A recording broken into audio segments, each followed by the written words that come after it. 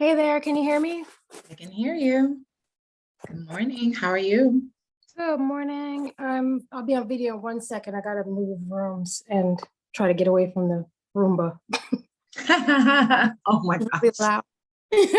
loud. Technology. Yeah.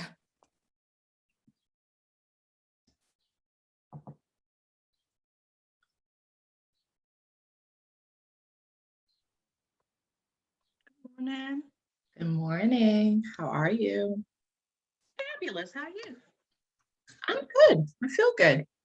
It's a good day so far. Good. So far, so good, huh? Listen, we got to take these wins out here. Yes, yes. Good day, good week. Indeed, indeed. Is it pretty weather out here, out there? Not so much. No. So, Are you an outside girl? I'm not much I of one. am. Oh, I okay. am like I'm big on, especially now. I feel like since everything, I like run. I don't walk. I'm like beach, park, Yeah. a lot of hiking has been going on. Oh, wow. So yeah, I wish it was a little bit nicer. It's not rainy, but it's cloudy, kind of windy. Mhm. It's like that kind of weather you want to just like get a blanket, some warm cookies, watch some Oh, that sounds movies. fun. Yeah, it might be cool after I do my chores, of course. Yeah, There's always that. Saturday is chore day. Yeah, the food shopping and such. Mm-hmm. Mm-hmm. And that for me is not like one place, unfortunately. Oh, really? It's like, because there are like certain things that I like at Trader Joe's that my kids like too. And then, then there's like, okay, ShopRite for certain things, Target Uh-huh. for other, so it Uh-huh. ends up being a little crazy. For sure. Or like Yeah. trying to figure out. I also I take my mom shopping, and she is definitely that. Um, she's like, okay, well, I said, where do you need to go? And it's always a list of 4 places. It's not just the one. Right. And then after all of that, on the way home, can we stop by this restaurant real quick and pick me up a to go? Really? After all of this? It's a foreshadowing. I guess that's that's me. That's Uh-huh. me. Yeah. Oh After God. all that work, you don't want to cook. I just want to unpack Well, these that's the thing. Somebody, a friend of mine, she had posted something about how like you'll go food shopping and you spend all this money, and then at the end of all of it, you end up door dashing something. And I was like, dang, I feel seen. Yeah. Because you're so tired after Yeah. unpacking and stuff.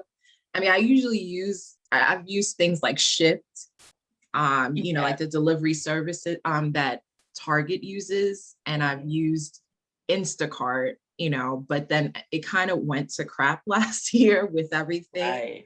Right. So I don't know, I've My gone back to mom, just doing things myself. yeah, mom won't do that because she has to pick out her own fruit and vegetables. Yeah. I don't trust those people. Yes, ma'am. So, I get it. I definitely get it. she gets what she wants. So, hey, Shelly. Hi. Hey. Oh, I like the hat. I had to change. I need to wash this. I need to wash my hair. Normally I do it in the shower, but for you, Janine, I took a quick shower. I'm so honored. You should be honored. And then the lawn guy just popped up and had questions. I'm tired, y'all. But God is good. God is good. All the time. All the time. Yes. So it's all good. Too funny. And I put on lipstick for you. Hope you like it. I think it's gorgeous. Thank you. I too threw on some lipstick and some juicy lip gloss. I, I didn't did feel not. like beating up the whole face for y'all, but I figure y'all are okay with it, Not as the beat as it's gonna sisterhood. get. You gonna get what you get. Oh, Oh my gosh, too funny. All Good right. morning, everyone. Good I'm morning. still I'm very much in my headscarf and finishing my breakfast. But Tessa, I was listening to your story, and clearly our mamas need to hang out together because mom be doing the same thing. Yes. Yes. Why? But I'm gonna do it. I've already apologized to my daughter. I'm like, hey, look, this is kind of how it goes, I guess. It So is how it goes. That's how It is. Like we, at that age, whatever that age may be, I feel like you've earned the right to demand these things. Like honestly, when my grandmothers were alive, it was the same stuff. It'd be like, hey, can you take me to the podiatrist appointment? So we're doing the podiatrist appointment, and then we got to go to Little Guyana for this kind of role and this kind of spice. And then we got to go over to Seatown and Associated for something else. And, by the time I turned around, it was like 5 p.m. And we started all this at like 7. But you know And what? can you and now that it's 5 p.m., can you run me through the drive-through real quick? right. And they are not bothered. This is not an inconvenient request. I mean, they're like, yeah, okay. And then next, here's where we're going. Don't forget And the bank, though. Don't forget the bank, because Oh, my family the stay bank. in the bank the bank. every trip. Why do we gotta go to the bank every trip? Like, the money You know is there's still an there. app for that. Okay? The money You know is still there. There's an app for There's that. an You know app there's for an that. app. Yeah. Mama, Dang. you can check your balance. You can even Right on call your if you don't want to. No. I don't trust that. Right. They got their bring the favorite inside. person, right, at the bank, too.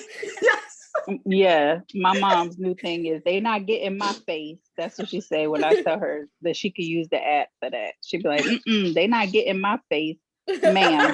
First of all, they already have your face. But yeah. Oh my God, that's hilarious. That's So them. funny. Love 'em. All right, ladies, I'm gonna go ahead and get started. If y'all could just put yourself on mute. I'm on my auntie stuff today. I never know how to mute all of y'all. It'll come to me one of these days. Hi, I'm so glad to see all of you this morning. I hope that life has been well and you all are doing well. Your families are doing well. I had a crazy April, as I shared in that initial email, and I'm thankful that it's May. We're getting closer to the summer. It's exciting. A lot of good things happening. And so without further ado, I think we should just talk about our wins, because I suspect that we have some winning going on.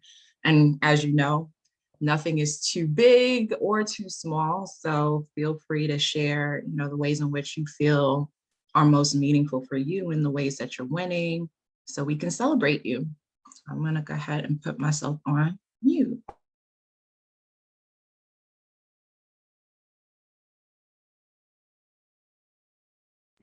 I can start. So I did a big thing at work. I have a pretty crazy boss. I think I've shared that with most of y'all. And not crazy. She's just Tasmanian devil crazy. You know what I'm saying? Like just frenetic. And I decided to reach out to her manager and ask for a skip level, but focused on what I was hired to do that I've never done. And she responded right back. And so on Tuesday, I'll be meeting with the SVP of talent. To see what I can do. And I was just like, I want to talk about my career path. Like I've been in my role for almost 3 years, not doing what you hired me to do, but in a very nice way. So that's a big win for me, because I should have did this a long time ago. And then 2, I launched my website yesterday, which was a labor of love. Kirsten's designer, I saw her, she posted her website a couple months ago, and I went into Kirsten's designer. We worked together, and it's live. I love it. It looks good. I'm happy with it. That's it.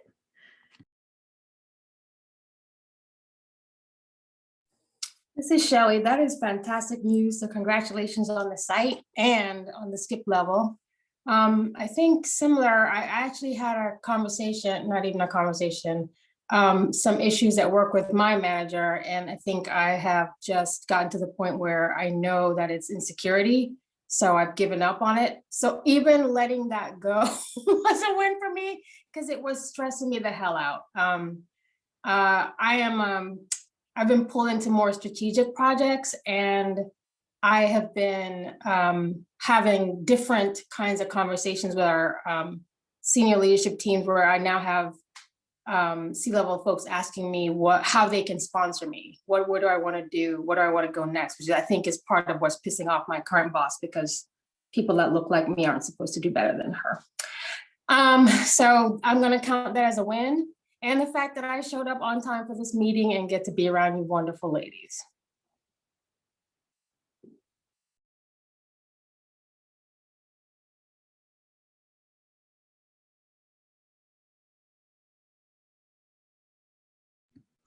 Yay to My strategic win- projects. Sorry, I was just gonna gas her up for a little bit, but you go. Yeah. Thank you. My win for the month is small but mighty. I upgraded my Calendly so that now when I'm scheduling podcast interviews and client meetings, it automatically sets up the Zoom. And then I also added a few automations that for potential client meetings helps me to gather some information up front so that I can better prepare for those calls and make better, more efficient use of our time together. And again, even though it is small, it is so mighty because the time that I have saved on having to send follow-ups and set up Zooms and all of that for the bargain price of $15 a month. And I canceled, in the process, I canceled my subscription to a speakers group that was not, they were sending leads for speaking opportunities. And I think in the year and a half I've been there, I've gotten 1 gig out of it. So I was like, nope, no ROI there. I'm gonna take that $15 and I'm gonna stop subscribing to this and I'm gonna upgrade my Calendly. And I'm so glad I did.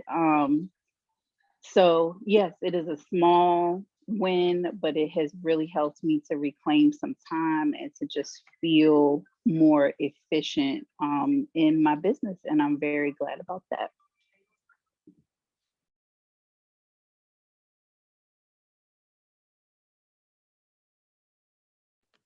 Sarah, that survey and all that, that's automatically sent out. That's once they choose. Okay, I see your response. That is so. Yeah, so it's within the automation when they create their appointment for their podcast interview. I have an automation that automatically goes to them and says, thank you for setting up your time. And here's the link to my guest intake form, which allows them to share their websites and their social handles and their bio and all of that stuff. Whereas before, when they would set up their time, because I had the free Calendly, then I would have to go set up the Zoom link, add that to the invite, send them a separate email with the link to the guest intake form. And now Calendly automatically does all that stuff for me. So it populates on my calendar. They get the survey. I get the alert when the survey is complete so that I know whether or not I have to remind them to do it or not. There's another automation in there that reminds them a couple of days before our interview that the interview is coming up, so that if they need to reschedule or anything, like it's no kind of last minute shenanigans. And I'm like, ooh, why did I wait so long to do this? But I'm just glad that I have it now and I'm able to just add a whole bunch of stuff for $15. Amen and amen. Don't forget to add your branding in there because now you get a logo and a banner for all your emails. Hey, thank you, Chica. Hit me up if you want me to resize them for you.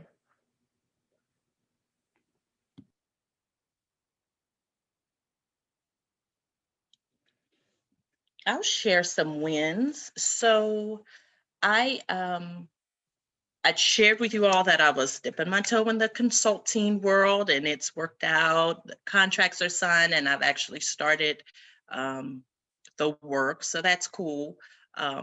For me, though, what my win is mentality. I am very much a planner. I want to see all the steps before I jump in. So it gives me anxiety when I don't know what the next steps are, or if I don't know how to do something and I don't know the resources for which to find it. But this last month, I've been free. I've been like, okay, this is the work and this is the path. If it breaks, if I mess up, no big deal, no sweat. And I'm also more work is coming to me. Isn't that crazy how that happens? I'm like, great, I have this one thing, and then more opportunities are coming, but I'm still not sweating it. It's not like this big thing I have to unwind. Usually approach things. So I'm thankful that I'm at this place, and it feels really good. And it also makes me go fast, whereas sometimes I'm trepidatious and very slow. So I'm just excited. It's been a good month.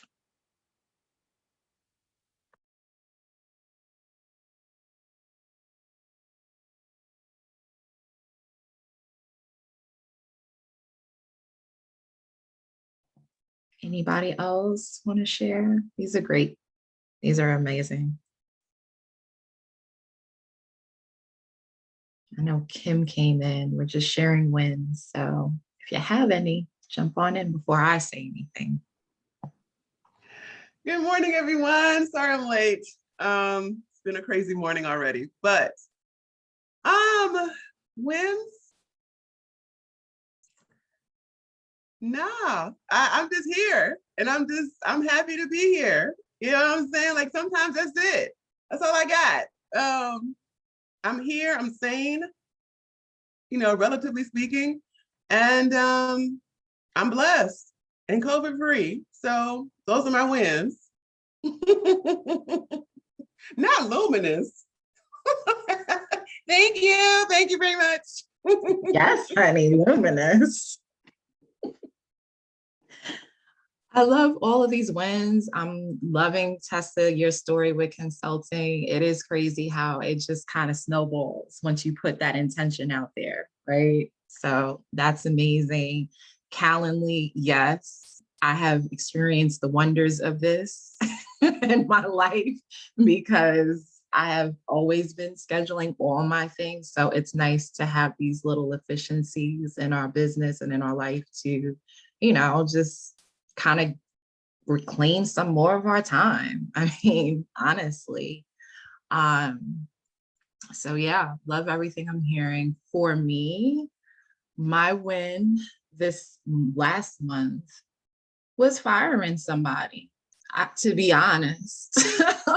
And I say that only because, it was a situation where it was causing me a lot of pain and a lot of angst. And I think sometimes we need to, especially as women, we need to be able to celebrate when we've chosen ourselves and chosen what we need and what we want. Because often there's trepidation in doing that. I had somebody that I brought onto my team that, was good in one capacity, but not in others. And I didn't feel like I was being heard, and I didn't feel like I was being respected.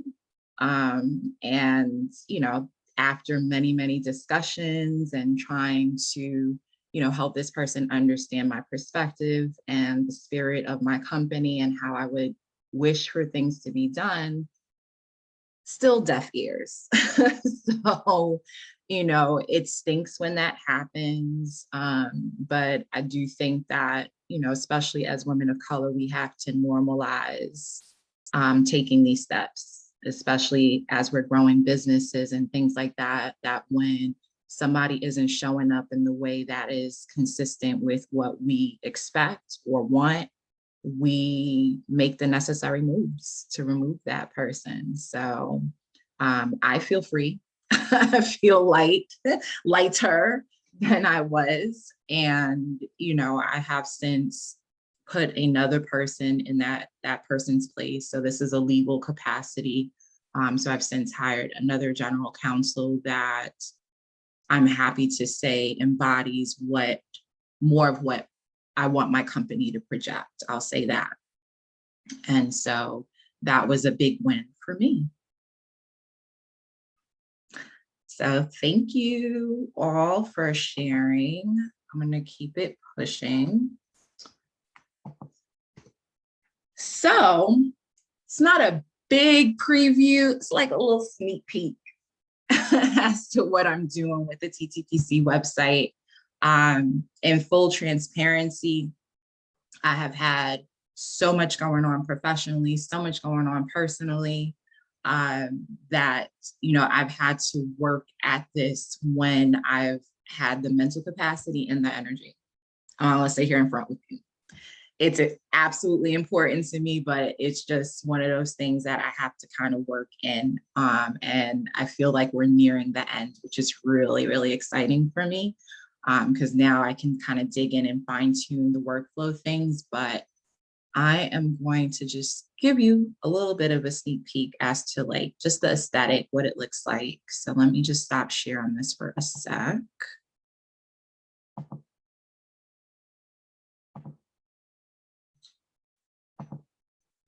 So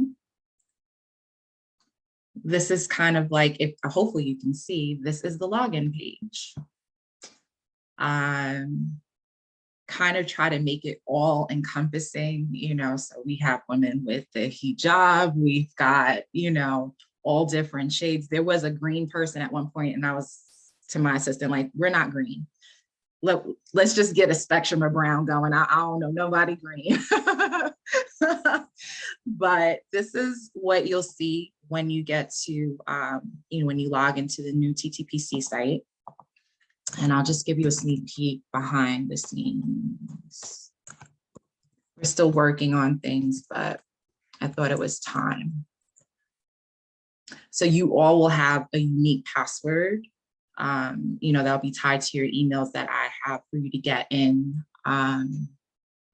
General members will have access to what I'm calling the Members Hub. And those of us who are part of the executive council will also have access to the executive hub, where, and that will be password protected too. But members area, we have the executive council hub, we have events. Going forward, even the meetings will be on the calendar, so you'll be able to kind of get all that information in one central place. So we're working on getting all that stuff in place with Zoom and even other events that we decide to put on.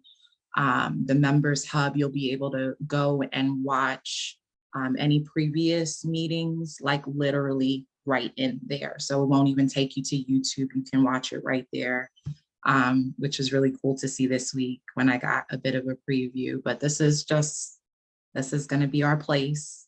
We'll be off of Google Drive sooner rather than later. I'll just show you quickly the Members Hub. So yeah, there'll be marketing assets, the minutes. You'll be able to update your information in the participant roster right from the site. And like I said, session recordings, chat logs, everything that you had in the drive is there, but it'll all be central now. So that's the quick sneak peek. Hopefully you're excited about that, because I am. It's been a labor of love and a lot of work. I just submitted the copy for the main page. So as soon, I didn't want to show it to you because it's not finalized. I don't want to show you a bunch of Latin. But once all of that's gone and the copy's there, then I'll give you another sneak peek of, more finalization so you can see how things are coming along. But hopefully you're proud. I hope you love it. I love it. I think it's going to be great for us to just have our own space. I'm very big on, not keeping my things, my assets, my intellectual property. And I think this is also like a good discussion for us to have as a group. I'm very big on not having all my intellectual property, the things that I create, be beholden to bigger brands, right? Whether that be Google, Instagram, any kind of social media, because you don't know what the longevity of those things are. They're free, they operate on a freemium model. And so, it seems like, wow, I'm able to create community and do all these things with these things, but ultimately they own your information. And, you can start there, but if you don't ultimately take your things and put it someplace where you own it on your own domain, your own platforms, you're very likely to be, excuse my French, screwed when they decide they're either divesting themselves or they want to charge you to do the things that you were able to do for free. So that's why, for me, in a lot of ways, bringing TTPC, onto my own platform, my own URL, and creating a members environment, that absolves me of having to have you guys anywhere, losing you, losing my property, any of that. So this is a little quick business tidbit. So today, I wanted to kind of capitalize on a lot of the things that we've discussed, but I also wanted to talk about something a little bit new, especially in light of the fact that obviously this is Mother's Day weekends. Quite a few of us are mothers here, but also wanted to kind of redefine what we think about when we think about mothers. And it's not for me to detract from what I've experienced or anyone else here has experienced by actually birthing another human. But I do think that there is something more to look at in terms of what a mother represents in all of our lives and how we can kind of look at that in a different aspect as women, in terms of, who we're becoming and how we want to kind of embody what, I guess, a healthier version of being a woman of color looks like. So I'm always sharing a quote. So this quote is from Swami Parthasarathi. I was in one of his sessions last year. You know me, I'm big into all the world religions and anyone that can share something that will make me think, even if I don't agree with it.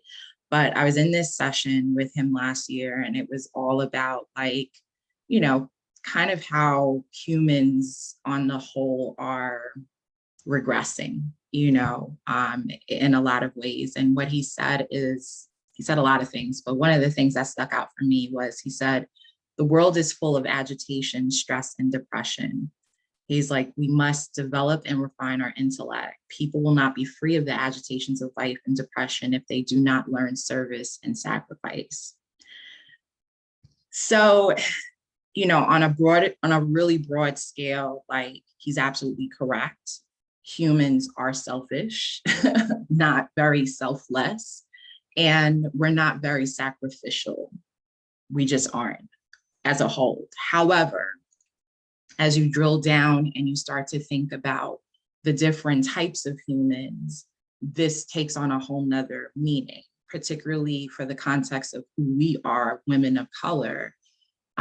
All we know is service and sacrifice, right?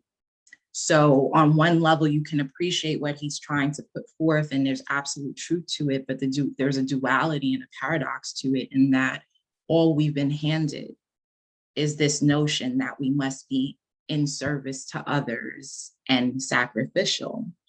And for me, I question what that's done to our psyche and what that means for our continued growth, right, as a collective. So, what I wanted to do with today's discussion, as we talk about the mother archetype and what that even means, why am I doing this? Why am I sharing these things with you? These are my personal development things, but why do I think it's important for you? I think, although a small group, we all are out there in the world in different regions and different capacities. And so we want to start to have a shared vision and a collective consciousness around how we're showing up in the world as a result of this particular group. And so what I see us doing and tackling some of these topics, while sometimes very abstract or very heady, is we are building our intellect. The very thing he's saying we lack is the thing I'm trying to get us to build, is to build this foundational knowledge, this foundational body of reasoning around, what is objectively true for us as women of color.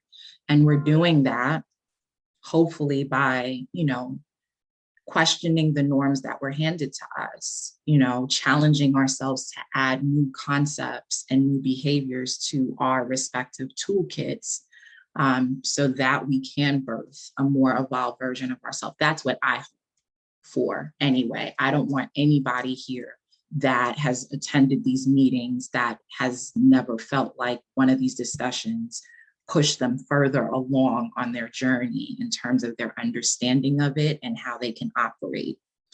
So topics that we discussed so far, pretty much since December of 2020, as far as I've gone back, is every month is a blur in hindsight. So I had to go back and kind of look at it, but we've discussed imposter syndrome. We've discussed generational trauma and conditioning. I've talked to you a little bit about my work around root work, which kind of set us up for our discussions around colorism. We talked about nurturing and embracing our feminine energy, which we're tapping into some of that with this discussion as well. And obviously last month we talked about equanimity, which seemed to be a fan fave. And I'm thankful. So let's talk about the mother archetype.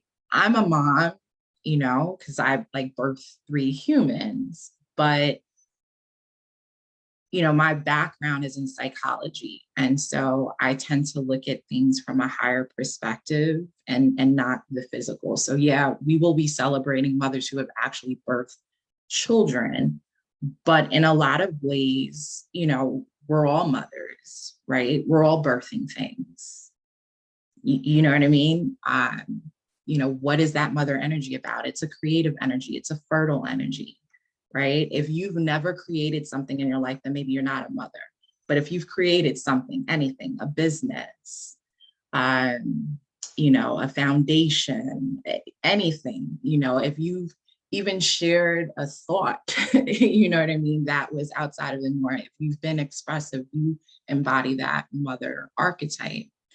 So what is an archetype? An archetype is a representation colored by cultural context. And so it's societal norms, right? So it's this embodiment, it's this concept that allows us to understand the way we experience people, things, and circumstances, right? That's an archetype.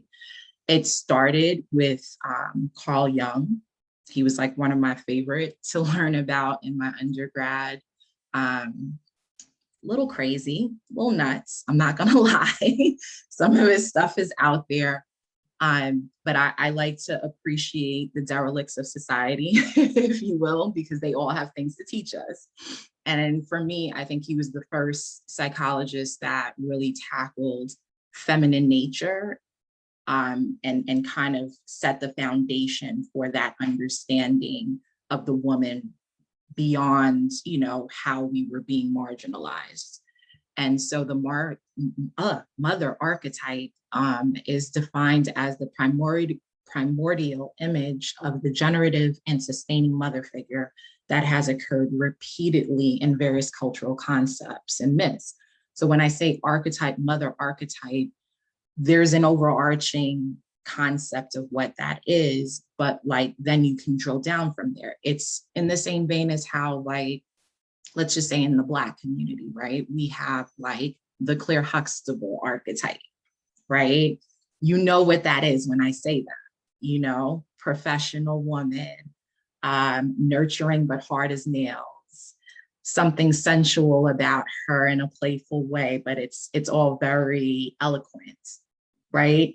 And then, you know, you have like the Florida Evans archetype. Like I can go on, but that's what archetypes do for us. We think that like these are just characters that were given to us, you know, haphazardly for entertainment. But really, these are people, these are archetypes, concepts of women we know, you know, of things that even live within us. And so to greater or lesser extents, we resonate with them or we don't, you know what I mean? But either way, they are concepts that allow us to understand how women move through the world or how someone moves through the world. Oh, hell no. Hold on. That was weird. Okay, let's get back on track. So what is the mother archetype? Like, what does that look like? The mother archetype has a lot of different aspects. So one way of looking at it, and this is true of any archetype, because this is not the only one, there are many archetypes. This is just the one I'm choosing to focus on for this particular conversation. But I think the easiest way to help you understand yin, yang, and the difference between some of these attributes is wherever there's light, there's a shadow. We know this to be true, right? And so there's these light aspects, which would be probably the more societally acceptable attributes of the archetype. And then there's, of course, the shadow, right? And we know that too. And so, but in an integrative way, they both play off of each other, you know, and it's up to that individual how much of that they want to embody.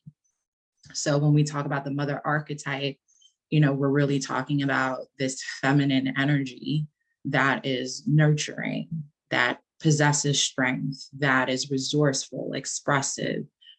There's a certain sense of duty and responsibility. They tend to be stable. You think of a mother as inviting, warm, you know, salt of the earth kind of individual, right? But that's not everybody's experience, right? If you think about your own mothers or, you know, mother figures that you had in your life, maybe that wasn't it, right? And that comes up a lot around this time of year because there's this big celebration. Mothers, salt of the earth, did everything for me, except that's not everybody's experience, right? And so then you have this other end of it, the shadow, which is, you know, possessive, codependent, manipulative, overbearing, worrisome, controlling, right? And really all of that comes up when, you know, that person or that embodiment isn't exactly balanced within themselves, you know what I mean? So it goes back to that whole discussion of feminine and masculine energy, right? But regardless of whether you've birthed, you know, an actual human, these are things we all experience, right? How many times do we say, okay, I want to create this thing, or, you know, I want to do this thing and it's not working out. And because it's not working out, we develop a codependency with that concept, that idea, and we hold on so tight, right? Instead of letting it go and allowing ourselves to birth something anew, right? It's this idea of us putting limitations on what's possible for ourselves, because the mother in her best, in her light, doesn't worry about being at a deficit. She is fertility. She is salt of the earth. So there's no cap, right? But when we're not in that balance, that's when we start to try to manipulate things and control things. And there's this fear of abandonment, you know, whether that's in a relationship or just in general, or fear of not having the things that we want when it's going to all happen in some sort of divine order, right? So what I'm trying to do is normalize the fact that, like, when we talk about motherhood, yes, there's that aspect of like, I birthed humans, true, but there's also kind of this like internal mothering that we're in a constant cycle of trying to figure out for ourselves, how we're mothering ourselves, how we're, how we're showing up in the world within that archetype. And dare I say, the burden of this mother archetype is heavier for women of color because of the societal expectations, the cultural and familial conditioning, right? Because we've always got to show up and we've always got to be the nurturing one in the room, whether that's in our families or in the boardroom, right? We don't have the ability to show up and truly be emotional, right? There's nobody that's going to laud and praise us for being manipulative or being codependent, right? These are all normal behaviors, although one is light, one is shadow, but we don't have the latitude to experience those spectrums. We are the example, and when you're the example, unfortunately, it doesn't allow you to experience both ends of the spectrum of these things in a way where you can come to some balance on your own and integrate them and understand their purpose in your life. So what I'm suggesting is that, for us as women, mother or not, there has to be a more integrative approach to how, we're treating one another and how we're seeing ourselves. And in that way, that in its of itself is a little bit of a mothering kind of thing, right? It's not always about showing up and being the best and the brightest and the most strong. It's about having those qualities because those are great qualities to have, but also allowing yourself to experience whatever shadow has to come up for you. And that's different for everybody. I can't sit here and tell you what your shadows are going to be or how it's going to show up for you. That's above me, right? But for whatever that is, we need to be able to face that flat on and develop some sort of intellect, some reasoning around why it's happening, and decide how we integrate those experiences into who we're becoming. And to me, that creates a much healthier narrative for us as women of color. You know what I mean? There's a certain freedom, I think, that comes with being able to live in that way of understanding, like, I don't always have to be on. I don't always have to be perfect. I don't always have to be strong. I don't always have to be nurturing. And that is okay, but it's also okay if I am, right? It's like the converse of that is true. So I'm going to kind of stop it there because we're at like about 20 minutes out and I've laid the foundation. I kind of want to just hear from you all, like, how are all these discussions, or how is this particular discussion landing with you? And in what ways do you see yourself using this and integrating it into your own life? Because for me, and this is the trainer in me, I can share all the things, right? But unless we take a moment to breathe and like talk about like how we actually see ourselves using it, it's fruitless, right? It's just one piece of information in a sea of all the information that you're bombarded with on a day-to-day basis. My job is to make sure that you are using these things in life for real. Like, not just hearing it because it's cool, because that is what makes you a representation of this group. And that's how we spread this good cheer, this good word out there, is by you projecting these ideals and these behaviors and these mindsets out there in the world. Okay, that's how we change things, in my opinion. So I'm going to stop and put myself on mute, and feel free to just jump in and share your thoughts, and let's just chat.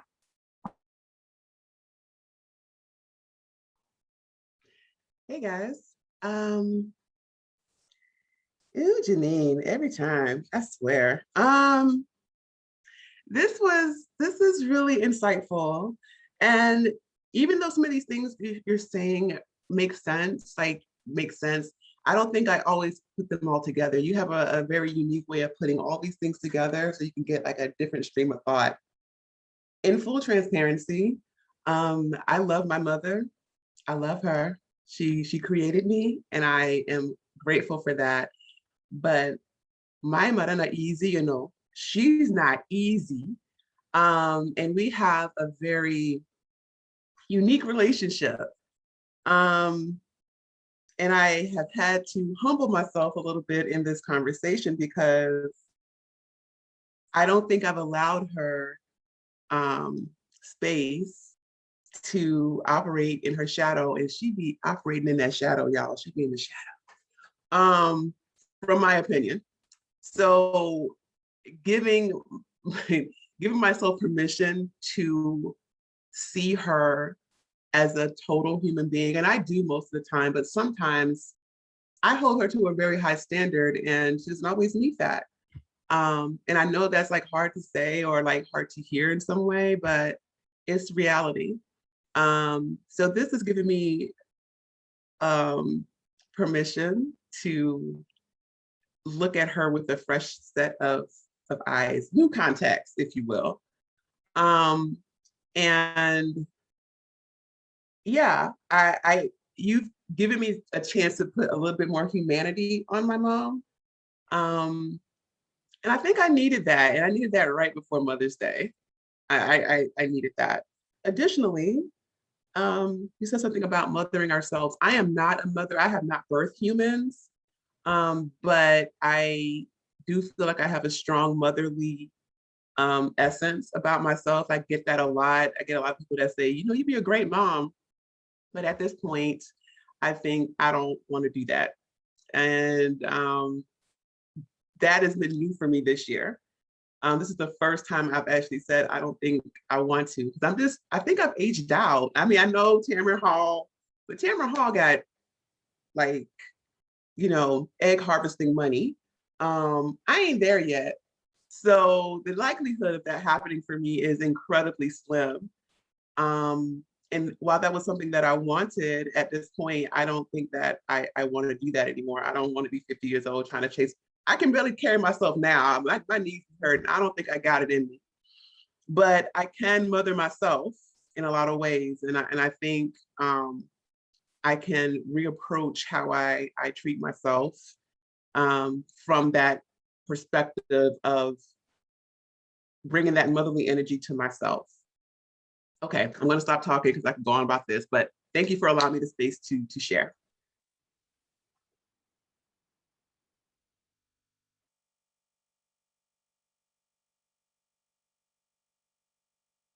Thank you for that, Kimberly.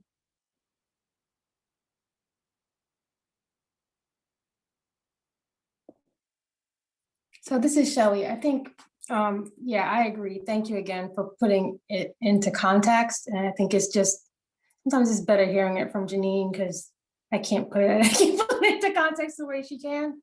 I will say, having lost my mom a few years ago, we weren't close either. I'm a yachty and we're not, I don't know if it's just our thing, but we're not the easiest moms. And I know I picked up a lot of those characteristics, but I've had to just come to grips that at the end of the day, we're all human, we're all flawed, and we all have different experiences. So that's what I honor in the mothers that I know. And some of them, I think, just to Celinda's point, it's not even about birth mothers. It's the other women in your lives who've taken on that role in different ways. In a lot of different ways, you guys have become even sisters. So I totally get that. I think the other thing I've done as a mom is to try to remove some of the pressure that I put on myself. I am not perfect. I am myself flawed. And so I've even reset the way that the expectations that I had on myself. I really wanted to be Claire Huxtable. I really thought she was going to adopt me when I was watching the show. I wrote letters to the Cosby Show, I'm not going to lie. But I mean, I look at this group and I'm just so grateful for you guys. So whether you have birthed a child, Kimberly, or deciding to birth a child, you're already pouring into, you're already nurturing and pouring into other people more than you probably know. So I'm really grateful for y'all. So that's what I had to share.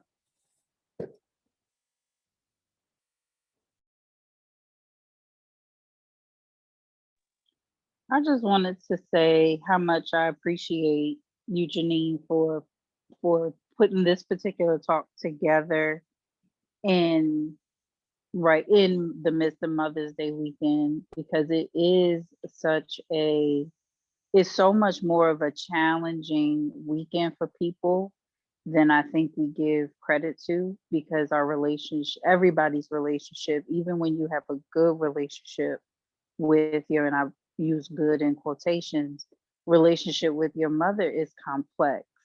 Um, and I love that you like honor the both the light and shadow that comes with humanity, and how important it is to honor that in yourself and in others, because when we refuse the dark parts of ourselves and deny the dark parts of ourselves, we don't even allow the opportunity for those places to come into the light, and the light that they need to be able to be like healed and balanced and all of that stuff. So we have to, like Kimberly said, like we have to see people's total humanity, and that doesn't mean excusing their dark behavior,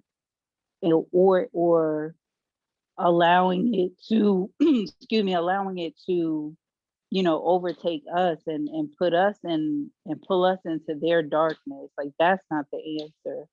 But you do have to, you know, acknowledge those places. And one of the things I can remember years ago, after watching that Secrets of the Yaya Sisterhood movie, I started having conversations with my mom about what it was like for her coming up in her young adulthood when my sister was small and I was either not here or very small, just trying to understand like what her experiences were.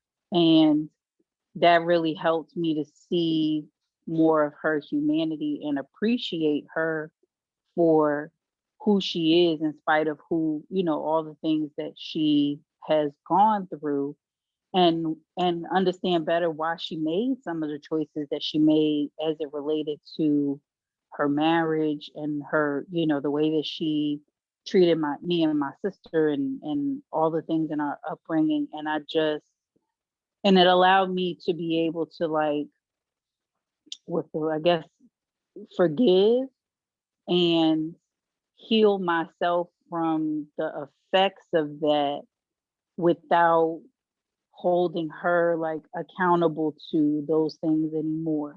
Like once I understood that, I could separate my healing and existence from her healing and existence in a way that I wouldn't have been able to if I hadn't taken the opportunity to ask her those questions and hear those stories. So I'm grateful for that. And if for those of us, if we haven't done that, then I definitely encourage everybody to do it, because I think there is an understanding and a healing that comes from that, that makes moments like these just a little bit easier to navigate.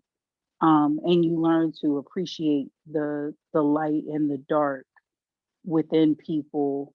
And it does, I don't think it affects you so much when you see that it's there and you just recognize it as a part of total humanity. So thank you, Janine, for giving us space to express that and to recognize and name what that is.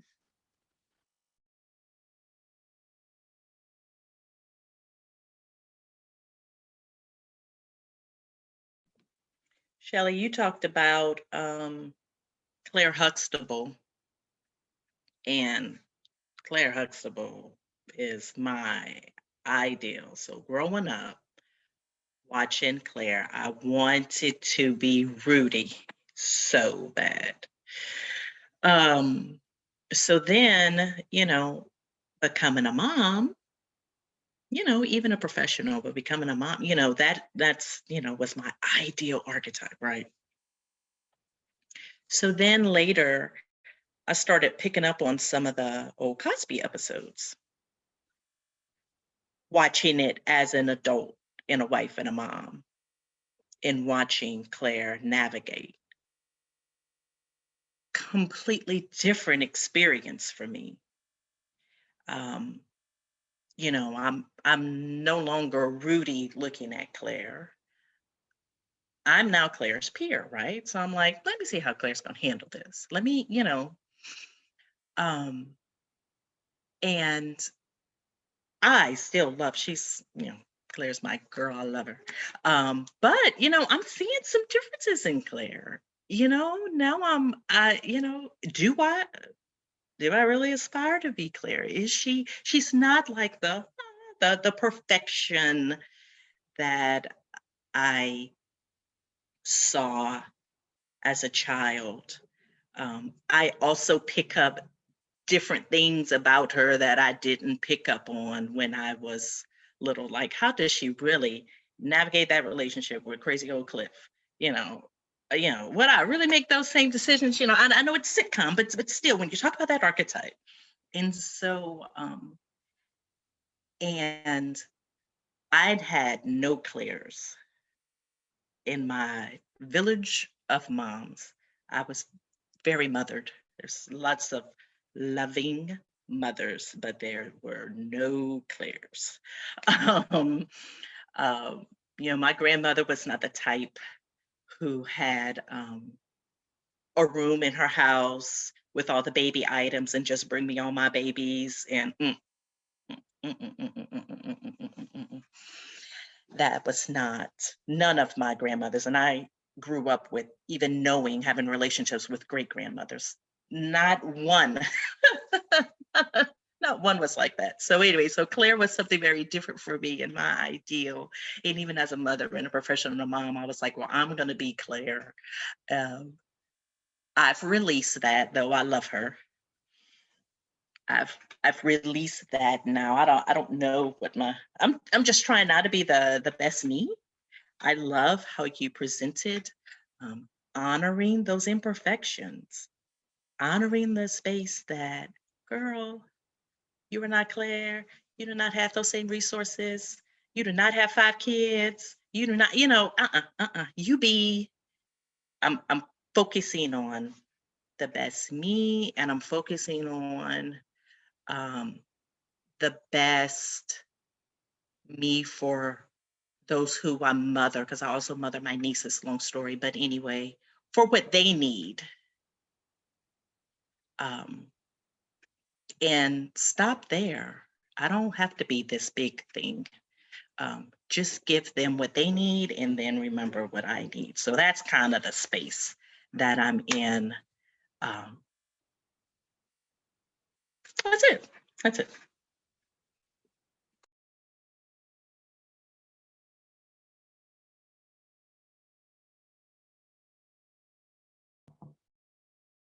That was awesome. I love all the sharing. I'll share a little bit about me because we have a few minutes. I mean, love my mom. She's a dynamic woman, I think no matter where in the diaspora you are, women of color are not easy. But she's of Guyanese descent, and I will say the better half of my life I've spent being resentful for some of the ways she showed up in my life or did not show up. And it took a lot of me mothering myself to come to a place of balance where I can accept who she is, and understand that that's who she is and that's who she's gonna be. And also leaving some room for perhaps different versions of her to show up in different times in my life. So although disappointing earlier in my life, when I had my own kids and I, fitfully could not do for myself because I'd just been cut open. The shock and horror your body goes through with that, she was there, bathing me and holding me up and keeping me warm during, these body shivers I had after surgery and whatnot. And so like that mattered, you know what I mean? So, I learned to take her in drips and drabs. I have boundaries, very strong boundaries with her. And so, those are in play, but, I also understand a lot more today because I don't know about y'all's family, but the older you get, the more those bones in the closet start knocking at the door. And now everybody won't tell you the real deal, the real story about the family. So, needless to say, the last decade or more, as I've come more into my adulthood, I have learned a lot of things, I'll say, about her upbringing and my grandparents and what she was subject to, that helps me not necessarily have a reverence for what I experience, right? Because it's always relative when you feel pain, right? But I certainly understand from where it comes. And I guess in the conversation about generational trauma and conditioning, I've decided to take those nuggets and figure out my place in the family dynamic to change that, right? Understanding that maybe she was the first prong in that and maybe it didn't work out. But now I have an opportunity to transmute a lot of that generational pain and trauma and, poor ideology, whatever have you. So, yeah, I've watched for a number of years this time be really difficult for people that I love, and I wanted to kind of normalize the conversation around mothers and also give some credence to a higher perspective of how we're all that mother archetype in different ways, and how we can start to, move through that archetype in a different kind of way, hopefully to more wholeness and more health and more sanity, more emotional balance, and hopefully joy. I think we had coined the whole thing early in the year of generational joy, like having that finally in our lineages, I think is huge. And if that's the only thing we end up accomplishing by the time we each close our eyes, I think we would have done well for those after us. So that's what I got. It's 11:01. Happy Mother's Day, moms. I hope you guys have a wonderful day, and however that's meaningful for you, whether that's a massage or vegging or having your kids dote on you, enjoy. And even if you're not, use it as a day of self-care for yourself. Mother yourself, dote on yourself. It's your day too. So love you, ladies. Thank you. Bye, everybody. Bye, everybody. Bye. Bye, everyone.